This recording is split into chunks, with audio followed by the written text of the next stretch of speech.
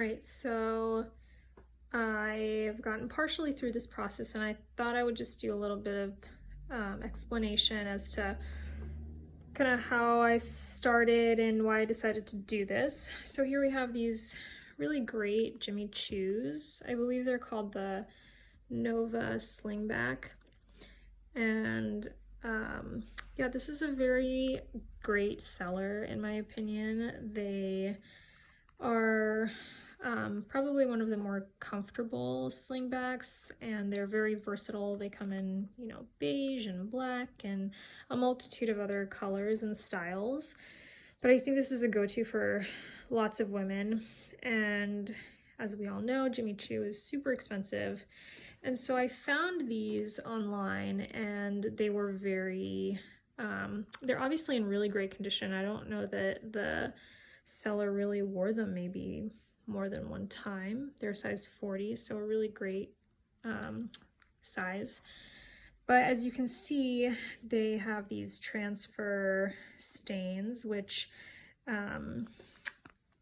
you know, patent leather has kind of this clear coat over the actual leather. And so sometimes with patent leather, the stains you can just wipe away with just some like regular ethanol, as I have here. But sometimes the color transfer, the stain, will actually get under this clear coat, which is kind of starting to peel here a little bit.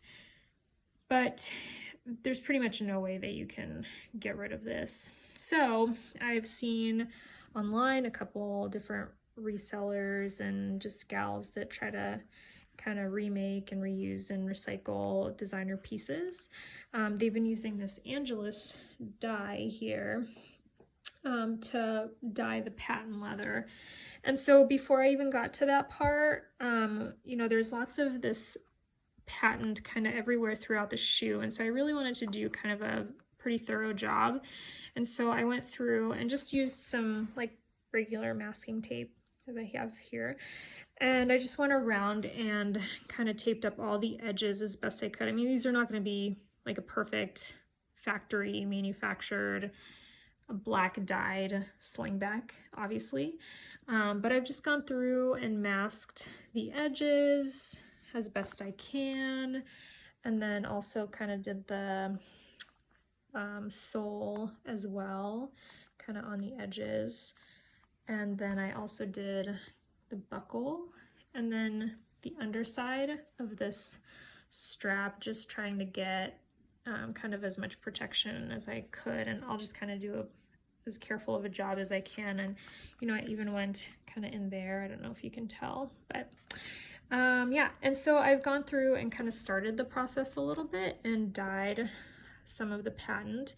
And so, you know, it kind of looks a little bit uneven. I'll maybe probably do at least 2 coats.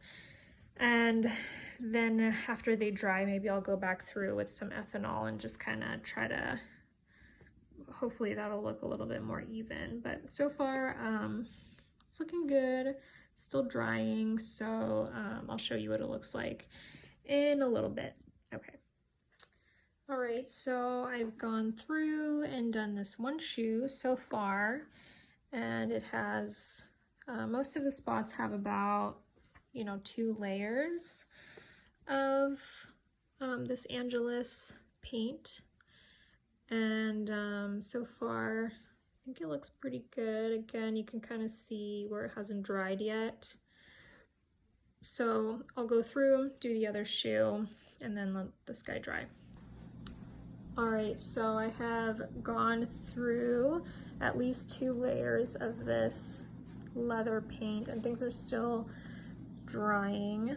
But I notice when I go over some of the areas, some of the leather paint is still getting scraped off, and I can see that the underneath part is still light colored. So we'll let this dry and then maybe do a little patch test and see what the color looks like after it's dried a little bit. All right, so moment of truth is here. So I actually let these dry for, I don't know, it's been like 3 or 4 days. I just didn't get a chance up until now to come back to them. I will say that after the first couple of coats, there were some areas like this area that just have this kind of more dull, not shiny appearance. And I went back through and did a couple more coats, and so there are less of those areas, but the more I look through these, there are just a few spots that are still kind of have a little bit more of a dull appearance than I would have liked, and more than I would expect for like a patent leather. So like here, for example. So there's just a little bit dull, but I think it's kind of the best that it's going to get. But overall, I think it still turned out pretty good. So the next thing I'm going to do here is I'm going to go through and kind of take off some of this masking tape and just see what the edges look like. And hopefully I didn't damage any of the leather. So let's see. Yeah, so I'm seeing that some areas did actually just get through to the like sole, which is unfortunate, but I think overall things look pretty good. So I'm gonna go through and take off some of this masking tape, and then I'll do kind of a final just show and tell. All right, so all that masking tape is now off, and so first off, as you saw before, there really was some bleeding of the leather paint through kind of the edge of this like inner sole leather, which is unfortunate because it did stain that leather, and so that was something I did not think about, but I can definitely see how that is always going to be an issue if you get that paint through the leather. So that's something that I didn't think about and something to consider if you're gonna try this. Another thing is, it's kind of hard to tell, and definitely, you know, it's going to be difficult to tell when you're wearing them, and no one really is ever going to see it except for, you know, the person wearing the shoes when they put them on. But there is kind of some edges that you just can't help but kind of get, unfortunately. And so, you know, these are just never going to look like an undyed pair of shoes, but I think overall, I mean, this looks pretty dang good for it being, you know, stained at home. So I think this actually turned out quite well. Another thing that happened with the masking of the sole is, as you can see, it kind of pulled some of that leather away, which I think is okay. I mean, you can still kind of tell it that it's there. I think if I really cared to make this go away, I could sand it down with some really fine sandpaper, but I think it's gonna be fine. So I guess, you know, looking back on this, would I do this again? I think for this pair of shoes, you know, they're really expensive, brand new, and so these I think had only been worn maybe once. I mean, that sole looks really great. Even these heels haven't really been worn very much. So for them to be ruined with just kind of a one, like a large transfer paint stain would be pretty unfortunate. So I think getting to save these from the landfill, I feel pretty good about that. I think that I would probably do this again if the price was really good for the shoe. And definitely if you're going to keep these for yourself, I think, you know, I think that this is a pretty great way to get a pair of, you know, black colored shoes if you wanted.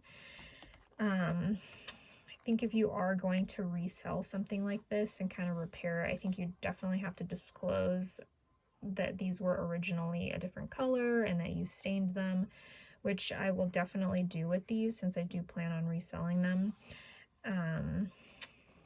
And, you know, I think that there are some kind of flaws to this pair of shoes, but I think overall it turned out pretty good. And, you know, it'd be a pretty big bummer if these had to go to the landfill because of one stain on the leather. So I highly recommend this. if you want to save like a pair of light colored patent shoes. And again, let me find, so the paint that I used is going to be this Angelus jet black leather dye. Again, this was done on a patent leather heels, so I think they turned out pretty good. And so yeah, I think I would definitely do this again, but definitely I'd have to disclose kind of all of the spots of discoloration and kind of flaws from the dyeing process. Well, all right, thank you so much for watching along. I hope that this was helpful, and yeah, if you guys like and comment and you found this helpful, let me know, and maybe I'll make some more of these videos. All right, see you guys later.